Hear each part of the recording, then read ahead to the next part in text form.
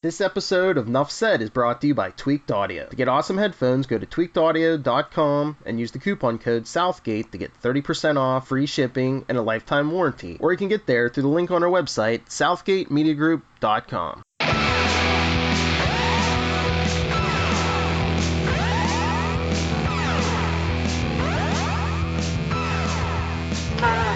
It's Chad, and we really want to be it, and we hope our good times never end. It's Mozz, it's Chad, and we really want to be your friend. Hey, friends. It is I, Charlie, the Professor Esser, and with me, as always, is my skinny rich friend. It's Mozz. Hey, Mozz, so glad you're here for quality. And tonight we are once again in the final season of Jessica Jones, Season 3, Episode 6, aka Sorry Face, as the police sift through the gruesome crime scene. Jessica and Trish race to find Salinger's latest captive. Tim Iacofano is their director this week. Brian Michael Bendis and Michael Gaydos got our Marvel created bys. Jesse Harris gets our written by. Jay Holtham and Jamie King are both story editing the crap out of this episode. And Melissa Rosenberg gets, of course, that created by credit.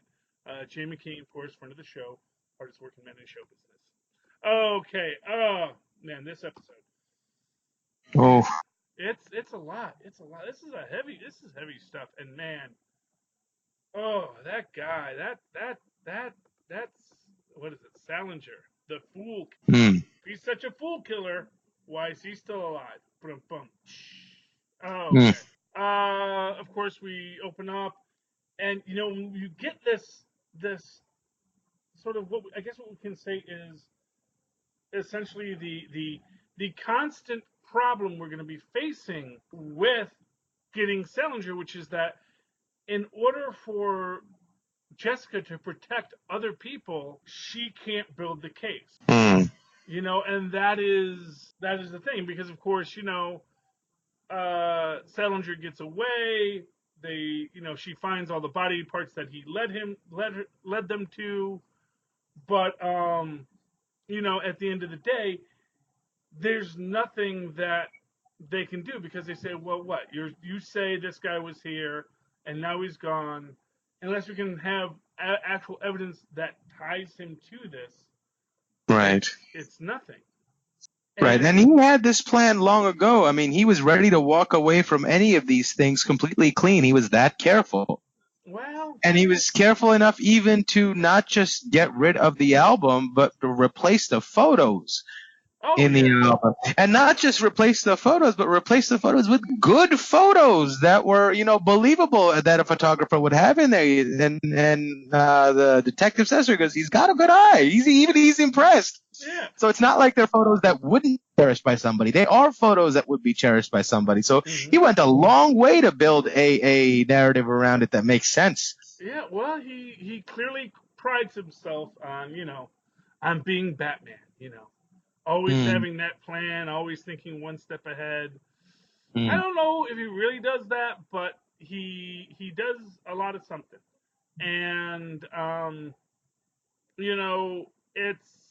it's interesting, expressly because literally it is the fact that the only reason he gets to keep on going is because Jessica is choosing not to be the vigilante, is choosing not to be the person that she could be. Right, and when he says, somebody else's or the supers are cheating, all he means is they're not allowing me to cheat.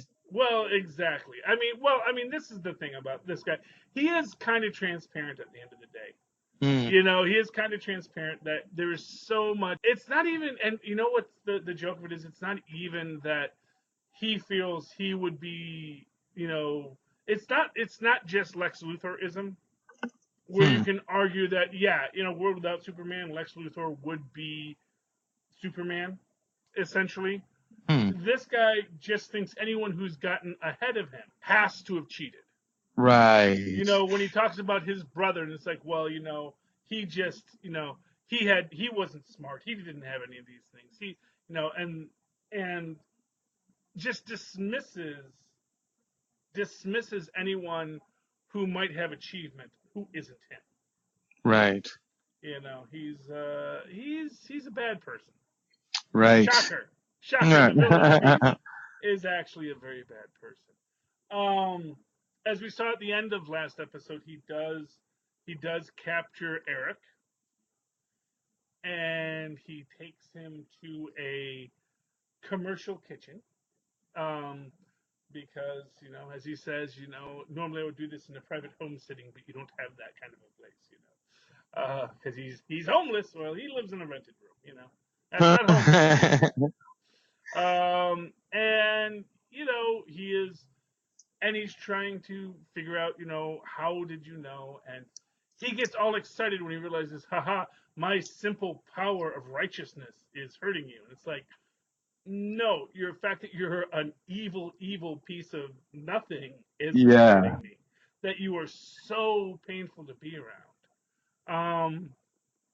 And I do like that because it does emphasize, as a part of this story, the limitation, you know, basically the old, you know, superpowers are a curse. You know, Mm. you think that these are great and wonderful and helpful, but you know what? Not for nothing, you know, Kilgrave would have had no interest in Jessica if she were not a superhero. Hmm. You know, that this puts you in situations that make life so much worse for you. Right. And the fact of the matter is that Jessica is a good enough detective that left her own devices, she probably would have caught far more people if she was not trying to protect other people. You Right. know, Right. because that's the thing. Even after they do, and the whole track, and that's one of the things I gotta say. I love the gumshoe work in this. Hmm. You know, I love how much work and effort they put in, and also showcasing it. You know, one of the things a lot of people say, a lot of people talk about is that when they read Batman books, they get upset because he never does any detective work. Right. You know, it's just he goes there and he beats up people, and you know he's prepared and he's got all his gadgets and all these things, but it's like, you know, he's never just tracking something down that, you know, to see what we can find, you know, or to see how to prove something. Batman never tries to prove anything, and you know, Jessica, she Right. does. They've sort of relegated. Yeah, they've sort of relegated that part of his personality into going into creating the coolest gadgets to hurt people with, as opposed to creating techniques to discover hidden things. Yeah, exactly. And I don't mean to be down on Batman. It's a great book, a great series. Right. It ran Right. for decades. You can't really fault it. But I do love, and for that aspect of it, I love any good detective story. Sure. And this is a good detective story where they, you know, realize, okay, this guy cleaned all the body parts. We can't. We identified all of the body parts, all seven people they belong to. It's like, well, there are 8 people that I know he had victims of, and Hmm. you know, and the guy says, you know, why don't you give me your list? I'll give you my list. And he's like, and he's like, Jones, da da da da. And I love it because he does that whole big walk up and then casually drops the list of names for her. Right. No, because I mean the other officer was there and he can't be seen as colluding with a vigilante. But Yeah. at the same time, he knows what the side of good is. Well, yeah, and not for nothing. Everyone. Everyone saw that. That's what I'm gonna say. Everyone saw that. And Well, we saw it. I don't know if that cop was there saying, yeah, "Hey, hey, you got to come take a look at this." She was ahead of him, so I don't know if she caught it. yeah. Anyway, it's anything's possible, but I did love that scene. I love the way that it played out, and yeah, it is his own CYA, you know, just to make sure that he is covered. But at the same time, I mean, like I said, I really liked that aspect of it. And then they realized, okay, this is the one person that we can't identify. This is who is this person, and then of course she has to, um, and then we get into Malcolm's story, and man, I love Malcolm's story in this whole thing because it is Yeah. Malcolm just trying to decide what do I want to be. And what's great is that the short answer is not necessarily he wants to be a good person. It's just that he doesn't want to be helping evil. It's like he is not a sweet summer child. He knows the world is a mess, and he is not above dealing with the darkness of reality and even his own darkness. When he goes beats up the pimp, gets his revenge for the pimp beating up him. And then, of course, what I love best about that scene, where because of course that does that. I believe that happens after Jessica comes to Malcolm and says you have facial recognition software. I need to find out who this guy is. They find out that guy is actually still alive, which makes for a great story too, which we'll get to. And then he goes and he beats the heck out of the pimp, and then leaves Barry behind. Basically says, "There's a serial killer after you. Come back to my place if you want to.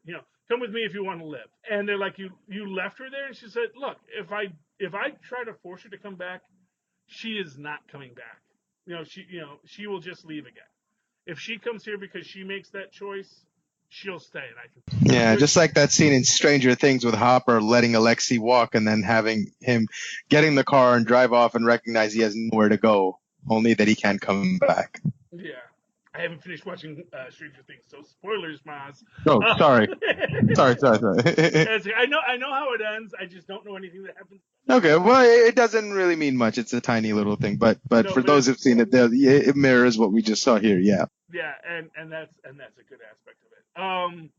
They do, and again to show how just who Salinger really is.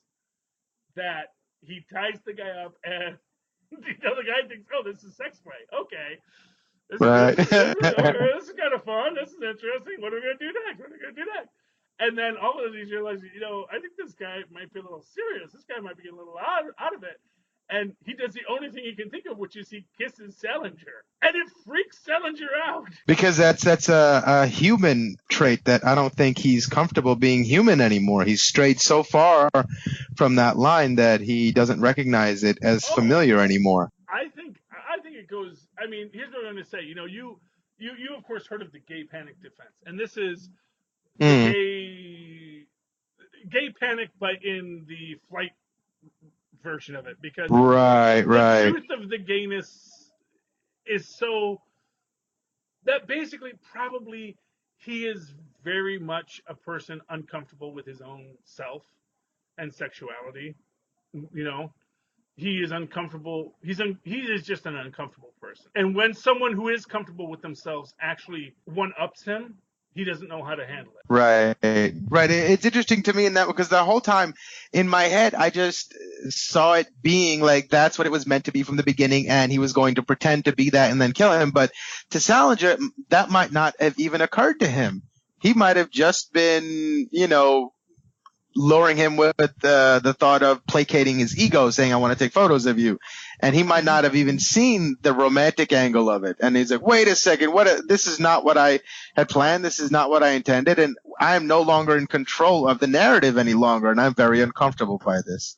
Well, yeah, I mean, very much I think that is a real part of it. I mean, one thing to tell is like how the guy that the whole reason he's doing it to this guy is because he says he overcooked the steak, Now, look, I hate an overcooked steak as much as the next guy. I mean, I really despise it. I will send that back if that is not a bloody rare steak. I will, because I eat my steaks raw. That's who I am, and I do not like I think a medium rare, medium well steak, or medium rare steak. Even I think that's too much. It's like, but at the same time, it's still a good steak, and I'm sure it was delicious. I think the offense was laid in the fact that it was a Michelin star chef giving him an overcooked steak. If it was just somebody or just another restaurant giving him an overcooked steak, it probably wouldn't have been as great an offense. Yeah, but At least that's the I think the justification from his perspective. And again, I want to see someone actually check up on any of those degrees, see if any of those are real. I still say that those are all fake degrees. He printed them out on his computer just to look like a big important guy. Hey, maybe that contest back in the day that he actually won was picked at random. I would wager that was actually true. In fact, I would wager that because first we don't know anything about the contest. We don't know if it was a state fair. We don't know if this was some magazine contest where maybe everyone's a winner. The old write your poem and we'll publish it in this anthology. Only the best poems will get published. Meanwhile, there's 5,000 poems in the anthology. Hey, you're a published author now, so you can take that. So you know what? Give and take. But at the same time, yeah, it is this fact that maybe he's never achieved anything. Maybe he was really good at some things, but maybe not the best. He's the small time champion, and he can't accept the fact that being a big fish in a small pond is actually a nice place to be. And when he realizes there are bigger fishes, he can't handle it. It's like, it's like the anti-El Bundy. El Bundy, he did, what is it, 5 touchdowns in a single game? But at the same time, he's happy about that because that was his real achievement, and he doesn't look at. And actually, I mean, something I think we're going to see later is the fact that even in those little achievements, he was not the best that there was. There were other guys. He's better than some rando he picks off the street. Right. Because he gets the element of surprise, which I think 99% of it is always the element of surprise. If you have the element of surprise, it's much easier to get the drop on somebody. Sure. But of course, telling in that is that he wasn't intending to stab Jessica at the start of this whole storyline. That was a shock to him, and he ran because he realized he stabbed the wrong person and didn't even know who Jessica was. And then when it all starts to unravel, it's like, he tries to spin himself in this narrative. Oh, this just means I'm even better than I ever imagined. It's like every defeat for him is just proof of how much better he was than he thought he was before that moment. Yeah, it is. It is a thing for him. Right. Strong delusions. Yeah, well, I mean, but that's who this character is. We get that Jessica finally comes clean to her mom. Not Jessica. I'm sorry. Patsy. Well, Jessica finally comes clean to Patsy's mom. Yes, exactly.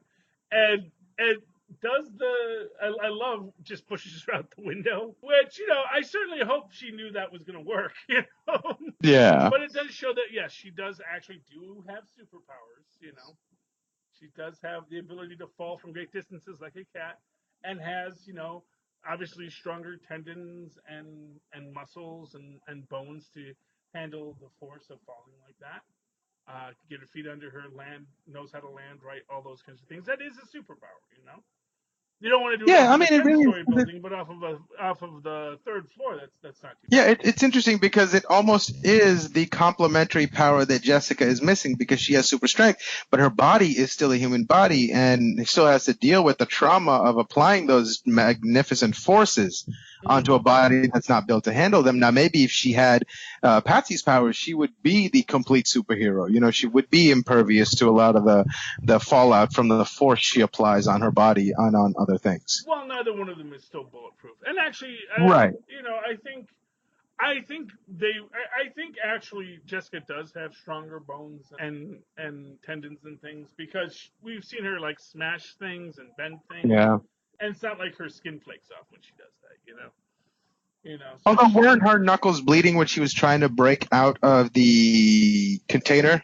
Yeah, they were, but she was also punching against solid steel and denting it, which also means that her bones are pretty. So basically, it seems like I mean, I don't know, because it seems like her skin's pretty strong too. It's just we know it's not bulletproof. Right, that's true. It's not bulletproof or knife-proof. Although to be fair, very few things are, especially knife-proof. That's something people always forget about bulletproof vests. Is that actually knives can actually, if you got a hard enough knife, it'll just shatter the plate and go right through you. I wonder if an arrow probably would too. If it's from a compound bolt, actually, yes, it probably could. And it's at close enough range. Because the reason why bulletproof vests actually work is because the force behind the bullet actually causes the bullet to flatten rather than pierce.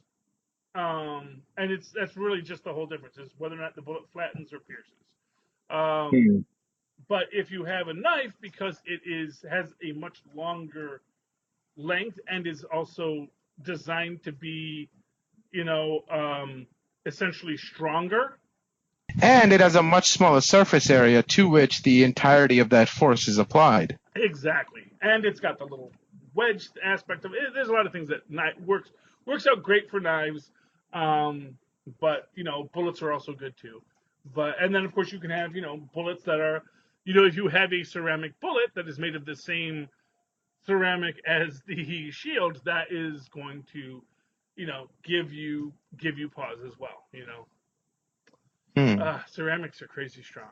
But of course, like they say, what cuts a diamond but another diamond. That was the moral of. Okay. There's a nice scene in this with Jerry going to the funeral for the guy who killed himself and confronting the son who I actually have so much sympathy for, because he's a teenager, and it's clear that he knows what a piece of trash his father was now.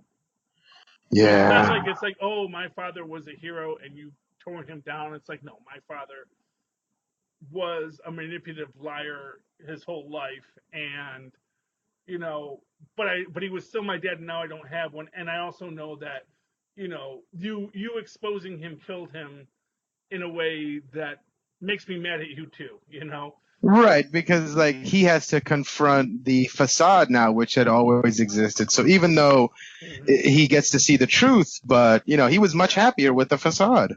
Well, yeah, but I think it's sort of the thing, like if the guy had just gotten caught by the university's exchequer, or if the IRS had done an audit and found all this stuff, then it would have been a much easier to handle thing.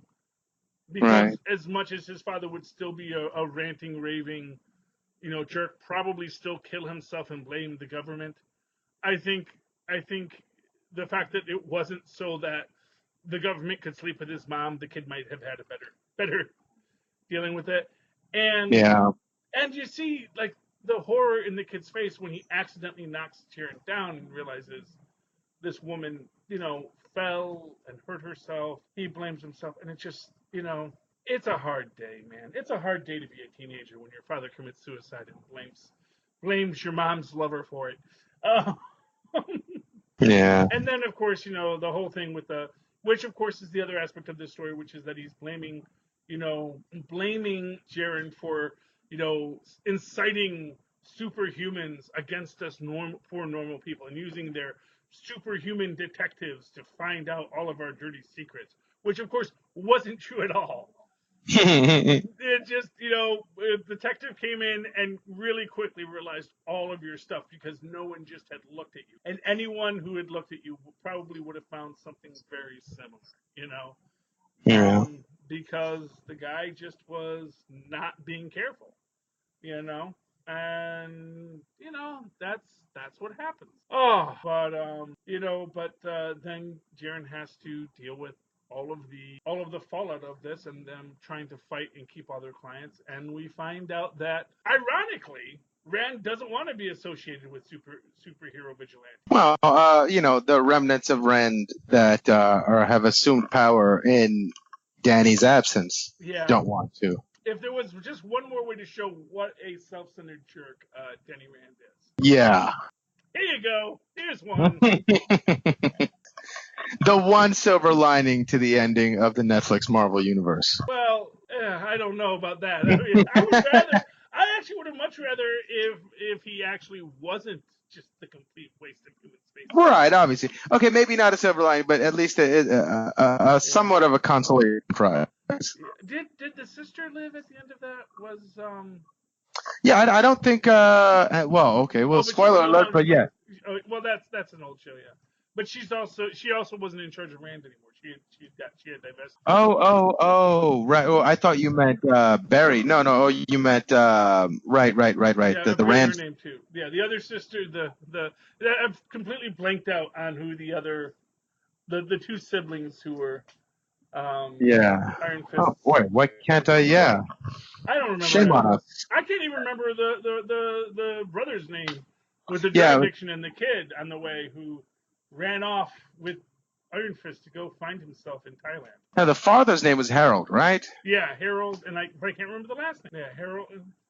Anyway, it wasn't Rand. I know that, but Rand Industries and the board have decided that Jaren Hogarth, Joy was the girl, and I thought it was another J name for the boy too. But anyway, but yeah, Joy's divested. So basically, all of Jerry's contacts at Rand are gone. So that's dangerous for her. Also, for what it's worth, goes to that point that she wasn't being very invested in keeping this, because otherwise she might have kept tabs on Iron Fist. Although then again, Right. one could also wonder and imagine that maybe at some point in the future, when Iron Fist does need a lawyer, he's going to call Jerry again because what? What do you mean you're not my lawyer? So there's always a turnaround. But she's dying of Lou Gehrig's disease. So how much time does she really have? And it's painful when her former partner comes back. Now out and proud. You know, and Yeah. yeah, it is what it is. Um, yeah, but yeah, they lose Rand, and that's 2/3 of their business, as they say. Yeah. And they can keep all these other clients, but of course that's what that's what we're going to see her way to win back the public. But that's something for next episode. Hmm. In the meantime, Mozz, anything else you'd like to talk about with this episode? I think my favorite piece of this whole episode is after they've finally saved Eric and Jessica comes in to see him and he says the goofiest little line to her and he says, "You're like aspirin to me." And she says, "Oh, that's the worst line ever." But then she lays down and has like the only genuine, self-satisfied, like she takes a moment, a brief vacation from all the madness of the world and allows herself to smile. And it's the most beautiful moment because it's the sweetest thing anyone could have said to her. And she plays it off in her, hard exterior way, but then, she sort of like to herself accepts his adoration too, which was absolutely adorable. But that there actually is a aspect of that goes a little deeper, which is that you're a really good person, and you pretend you're not, but you are actually, in the same way that people may seem good but are actually horrible Right. people. You're actually a really good person, and that has the opposite effect on me. Like when I'm around someone who's really good, it actually relieves the pain. And yeah, as much as she beats herself up about it, she genuinely is good, and that is what a comforting thought that must be. What a weight lifted off of her shoulders for everything that she feels guilty about. But maybe that's what makes a good person, is that you do feel guilty about the inadvertent things that you end up doing. Well, exactly. I mean, that is the basis of being good, is that you actually care. Yeah, that was beautiful. Give a thing. And yeah, it's awesome. It's wonderful. And that's reason 843 where we love this show.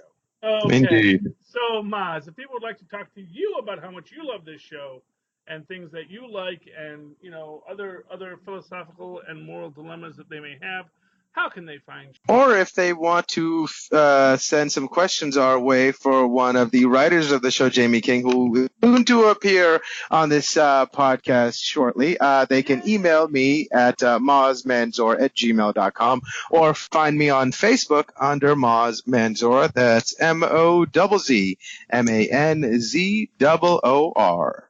And, of course, if you'd like to write to me in that old-fashioned email way the way our Mozz and Paz once said, you can do so at superconnectivityblog@gmail.com. That's superconnectivityblog, all one word, @gmail.com. And, of course, follow me on Twitter as I live tweet Agents of S.H.I.E.L.D., Cloak and Dagger, other shows that I like to tweet about when I feel like it, like The Good Place, if that ever comes back. Orville's going to be on Hulu, so I can't really live tweet that anymore, but we'll see what we do. At Charlie Esser, that's CHARLIE. ESLCR. Look for the 2 E's in the middle. For quality. Bing! There you go. All right. Ladies and gentlemen, that has been one more wonderful episode of the AKA JonesCast. Me and Mozz were just so happy to be your friends. Good night.